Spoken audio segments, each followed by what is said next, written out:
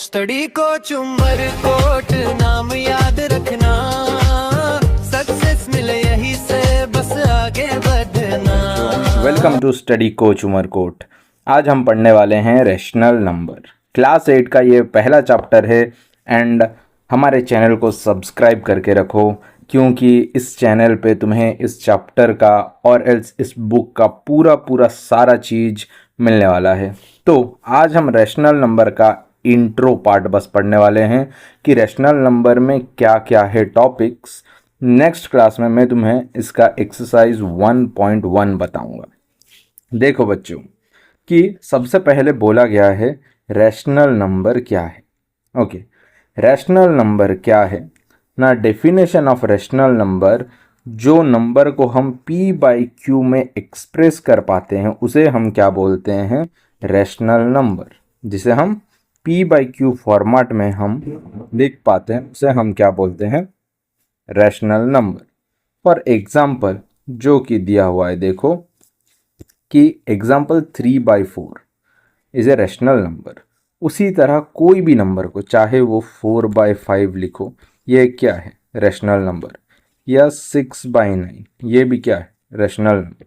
7/6 ये भी क्या है, सारा ये है rational number. I hope you got it dear students कि रैशनल नंबर मतलब क्या है। नेक्स्ट जो हम लोगों का सेकंड टॉपिक है वो है इंटीजर्स आज रैशनल नंबर बच्चों। तो देखो इंटीजर्स क्या है बच्चों ना। जो इंटीजर है either it is positive number और नेगेटिव नंबर। फॉर एग्जाम्पल जैसे -1, -5, -7 और एल्स +10, ओके, और +12 और +13 और +5, जो भी नंबर हम प्लस में लिख रहे हैं वो सारा हम लोगों का एंड इंटीजर है। एंड जो नेगेटिव में हम लिख रहे हैं, चाहे वो +1, +2, +3 या -1, -2, -3, ये सारा हमारा क्या है, इंटीजर्स है। ओके, तो क्या बताया गया, every integer can be written as rational number by using 1 as the denominator. तो जितने भी हम लोगों के रैशनल नंबर है, जितने भी इंटीजर्स भी है, इंटीजर बताया जस्ट, तो इंटीजर को हम डिनोमिनेटर में 1 लिख के भी हम लिख सकते हैं लाइक दिस। कि जो इंटीजर्स है, अगर हम लोगों का 5 है तो उसे रैशनल नंबर में उसे दिखाने के लिए हम नीचे 1 डाल के लिख सकते हैं। तो अभी जस्ट हम पढ़ें कि यहाँ पर ऊपर रैशनल नंबर क्या है। रैशनल नंबर क्या है, जो p बाई क्यू फॉर्मेट में हम लिख पाएंगे। तो इंटीजर को हम कैसे p बाई क्यू फॉर्मेट में एक्सप्रेस करेंगे ना। अगर कोई भी नंबर दिया गया है लाइक 4, तो 4/1 में उसे हम एक्सप्रेस करके लिख पाएंगे एंड उसे हम क्या बोल रहे हैं, ये टॉपिक को इंटीजर आज रैशनल नंबर। गॉट इट बच्चों। नेक्स्ट देखो थर्ड टॉपिक जो तुम्हारा है वो है equivalent rational number. Equivalent rational number, देखो एक एग्जांपल है, मान के चलो यहाँ पर है 3 एंड 5। 3 एंड 5 क्या बोले, इक्वल टू 15/25। तो 3 कितना जा 15 बच्चों, 3 कितना जा 15 ना, 3 5 जा 15। ओके, तो ये जो ऊपर हम मल्टीप्लाई किए हैं 5, यही 5 हम नीचे भी मल्टीप्लाई करेंगे। तो 3 5 जा 15, 5 5 जा 25। गॉट इट बच्चों। और एक तुम्हारे लिए ये कमेंट सेक्शन में मुझे बताओगे, ये 4/7। ओके, यहाँ पर मैं लिखा 16 एंड यहाँ पर लिखा 28। तो कितना मल्टीप्लाई करना है तुम्हें, ये मुझे कमेंट सेक्शन में बताओ बच्चों, ठीक है। नेक्स्ट देखो बच्चों, हमारा नेक्स्ट टॉपिक क्या दिया गया है, इक्वालिटी ऑफ रैशनल नंबर।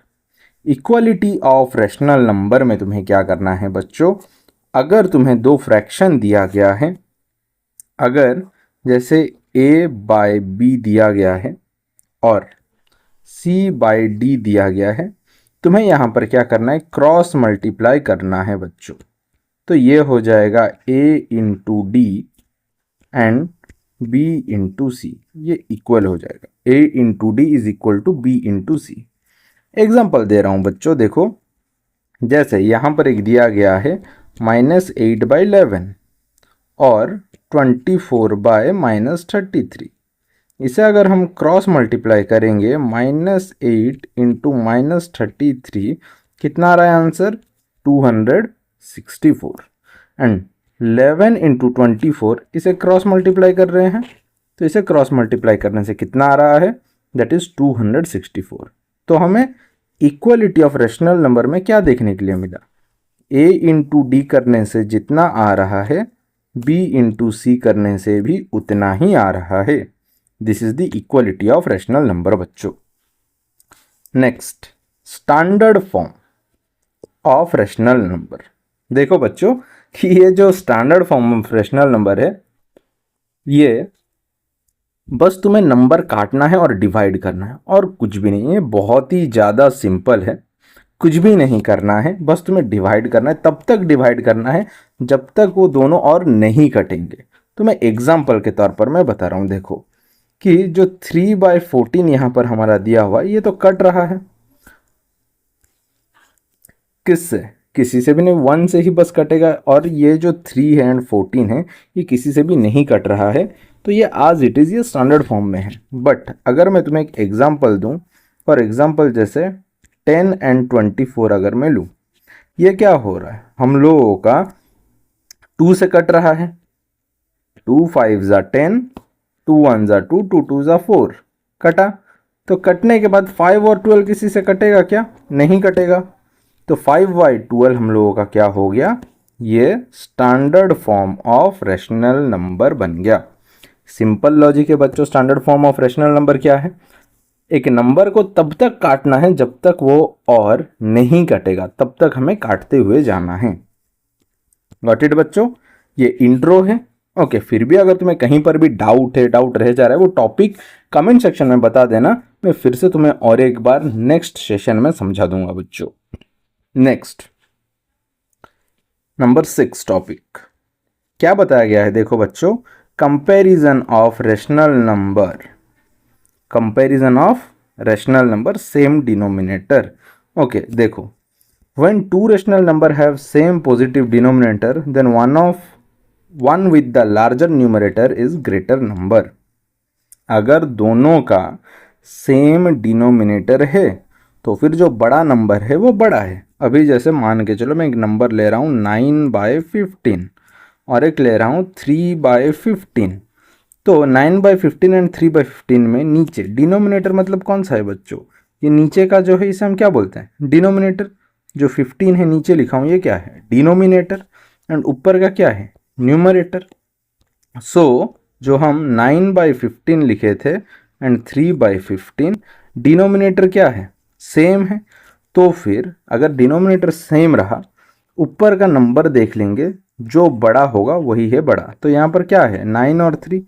तो 9 और 3 में बड़ा कौन है? 9। तो 9 क्या है हमारे लिए? बड़ा नंबर है। 9 is greater than 3। Got it students? कि हमें कैसे दोनों नंबर को कंपेयर करके कौन सा नंबर बड़ा है हम कैसे निकाल पाए। नेक्स्ट, नंबर 7 देखो क्या बोला गया है? Comparison of rational number. So different denominators. Okay, अगर डिफरेंट डिनोमिनेटर है तब कैसे करोगे? ऊपर वाला हम देखे सेम क्या था डिनोमिनेटर। अगर डिफरेंट डिनोमिनेटर रहा तुम्हें क्या करना है? एलसीएम निकालना है। जैसे यहाँ पर एक दिया है, देखो एग्जाम्पल 2/3 एंड 4/21। तो 3 एंड 21 का पहले हमें क्या निकालना है बच्चों? एलसीएम। आई होप तुम्हें पता है एलसीएम कैसे निकाला जाता है। 3 और 21, 3 1 जा 3, 3 7 जा 21, 7 1 जा 7। तो ये साइड का सारा लिख देंगे 3 इंटू 7, 3 7 जा कितना हो गया? 21। ये हम लोगों का क्या हो गया? एलसीएम हो गया बच्चों। ठीक है, तो हम लोगों का एलसीएम ऑफ 3 एंड 21 कितना है? 21। Got it? LCM of 3 and 21 कितना है? 21। तो अगर 21 आ गया तो देखो 2/3